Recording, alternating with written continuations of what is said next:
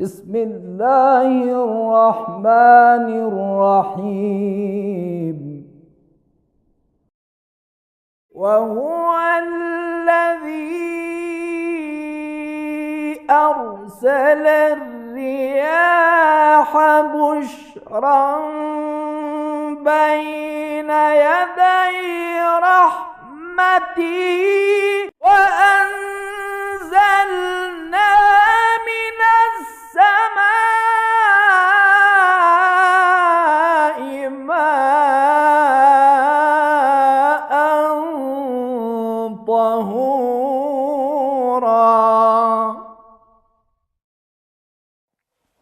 अऊज़ु बिल्लाहि मिनश्शैतानिर्रजीम। बिस्मिल्लाहिर्रहमानिर्रहीम। अल्हम्दुलिल्लाहि रब्बिल आलमीन वस्सलातु वस्सलामु अला अशरफिल अंबियाइ वल मुरसलीन व आलिहि तय्यबीन अत्ताहिरीन। अम्मा बाद।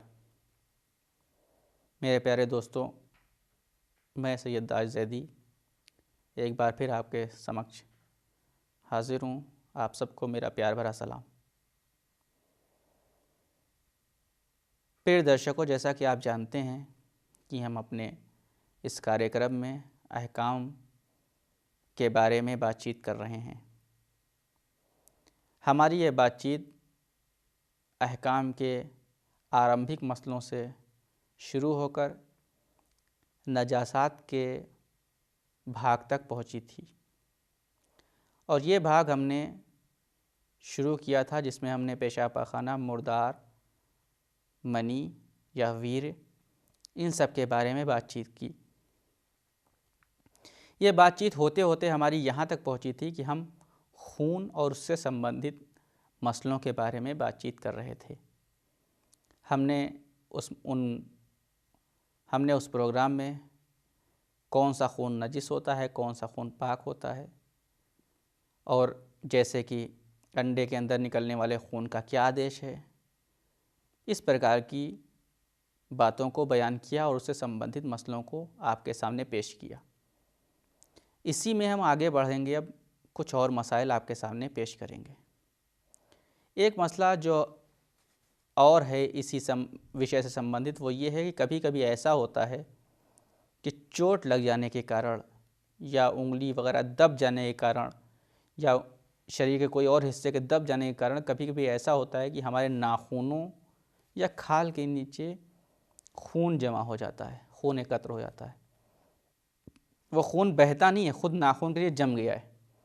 तो अगर उसको खून कहा जाए, यानी जो हमारी खाल के नीचे जमा है और या हमारे नाखून के नीचे जमा है, तो अगर उसको खून कहा जाए तो वो नजिस है। लेकिन अगर उसको निकलने का कोई रास्ता ना मिल रहा हो, यानी खुद खाल के नीचे या नाखून के नीचे जमा है, तो नजिस बहरहाल है वो, लेकिन हमारे वज़ू या गुस्ल करने में वो रुकावट नहीं बनेगा। भले ही वो खून है लेकिन रुकावट नहीं बनेगा, वो नजिस है।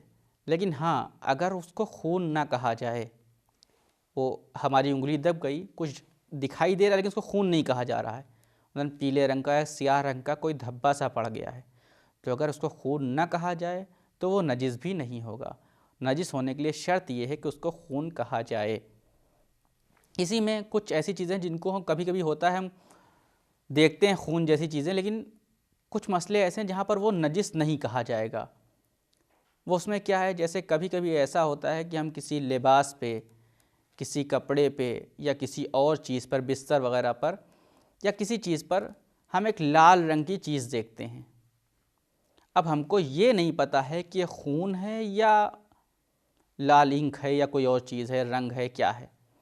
अगर हमें खून या दूसरी चीज़ के बारे में पता ना हो कि खून है या कोई और चीज़, तो वो चीज़ पवित्र कही जाएगी, उसको नजिस नहीं कहा जाएगा।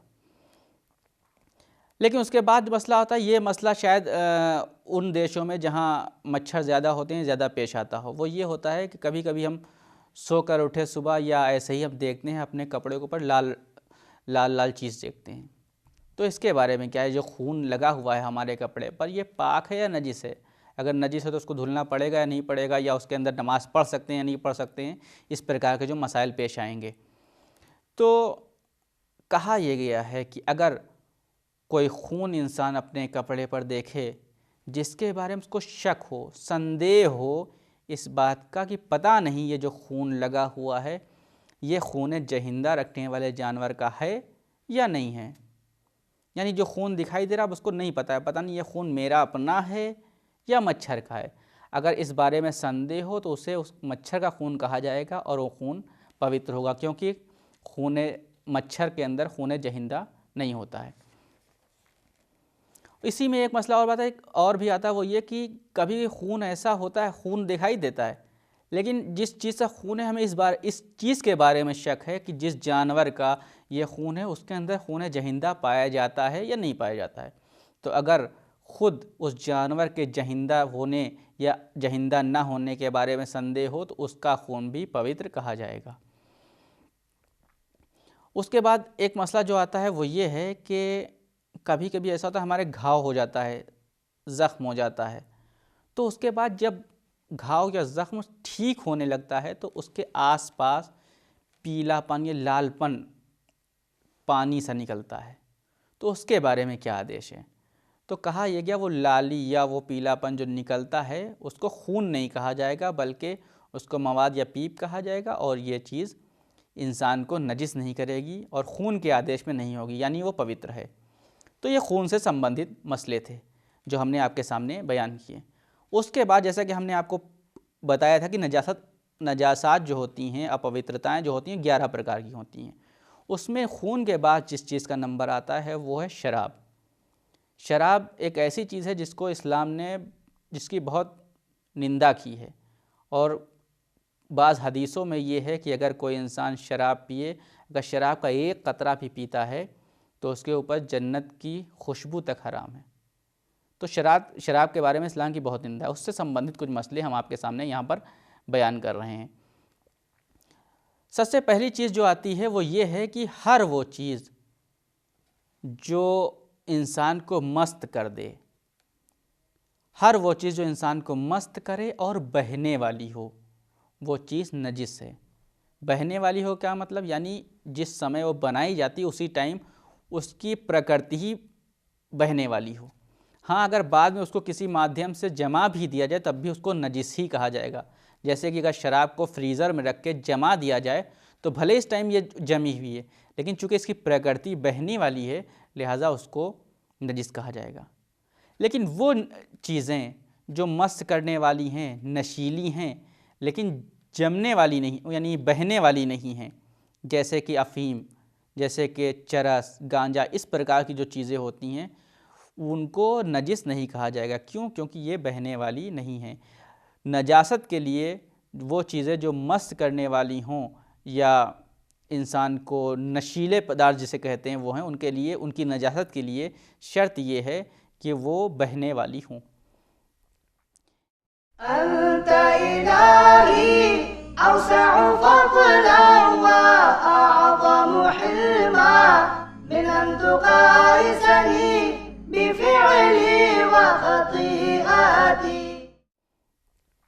इसमें एक और बात जो आती है अंगूर के रस के बारे में एक बात आती है।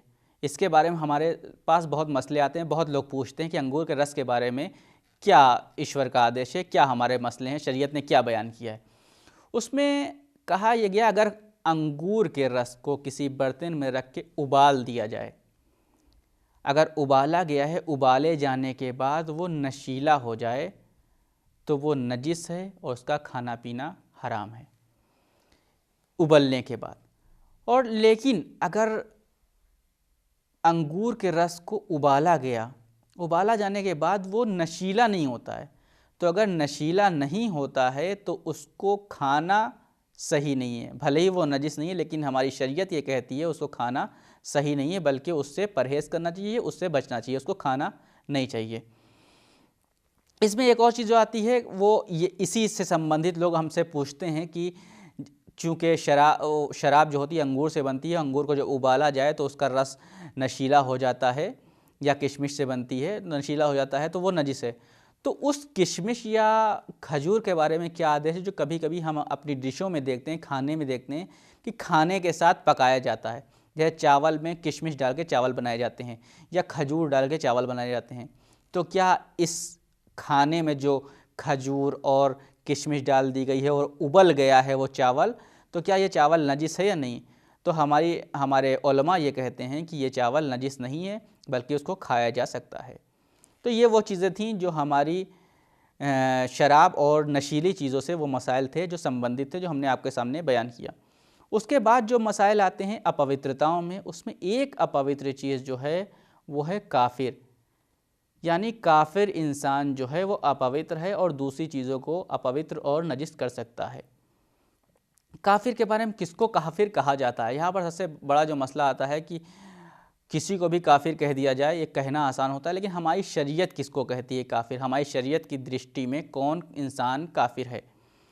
तो सबसे पहला मसला जो किसी व्यक्ति को, किसी इंसान को, किसी मनुष्य को काफिर बनाता है वो ये है कि इंसान नास्तिक हो, ईश्वर को न मानता हो। अगर कोई इंसान नास्तिक है और ईश्वर को नहीं मानता है तो वो इंसान काफिर है और वो नजिस होगा। दूसरा समय जब कोई व्यक्ति, कोई इंसान काफिर होता है वो ये है कि इंसान ईश्वर को मानता है लेकिन ईश्वर के साथ किसी दूसरे के शरीक को मानता है। यानी कहता है ये ईश्वर है और ये भी ईश्वर है, यानी 2 ईश्वर या 3 ईश्वर, 4 ईश्वर, जितनी संख्या बढ़ती जाए उससे कोई फ़र्क नहीं पड़ता है। यानी ईश्वर के साथ किसी और को मानना, ईश्वर का शरीक करार देना, ये चीज़ भी इंसान को काफिर बनाती है और वो काफिर नजिस होता है। और तीसरी चीज़ जो होती है जो इंसान को काफिर बनाती है वो ये है कि इंसान पैगंबर हज़रत मोहम्मद मुस्तफ़ा सल्लल्लाहु अलैहि वसल्लम की नबूवत का इनकार कर दे। ये मानने से इनकार कर दे कि पैगंबर इस्लाम ईश्वरीय दूत हैं। अगर कोई इंसान पैगंबर के ईश्वरीय दूत होने का इनकार करता है तो वो काफिर कहा जाएगा और वो नजिस होगा। इसी में एक और मसला जो आगे आता है कि कभी कभी ऐसा होता है कि शायद कोई मुसलमान हो उसको भी काफिर कहा जाए, वो भी नजिस हो सकता है। कैसे? वो इस प्रकार कि कभी कभी ऐसा होता है कोई व्यक्ति, कोई इंसान इस्लाम के उन मसलों के बारे में, उन मसलों का इनकार कर देता है जिसको सारे मुसलमान मानते हैं। जैसे अगर कोई मुसलमान या कोई व्यक्ति आज इस्लाम में जैसे पर्दे का वाजिब होना सब मानते हैं, अगर कोई व्यक्ति इसके वाजिब होने का इनकार करे इस शर्त के साथ कि वो जानता हो कि दीन का, ये धर्म का, ये इस्लाम का अंग है, अभिन्न जुज़ है, अगर इस बात को मानता हो और ये जानता हो कि इसके इनकार से पैगंबर का इनकार या खुदा का इनकार लाजिम आता है तो उसको भी काफिर कहा जाएगा और वो भी नजिस होगा।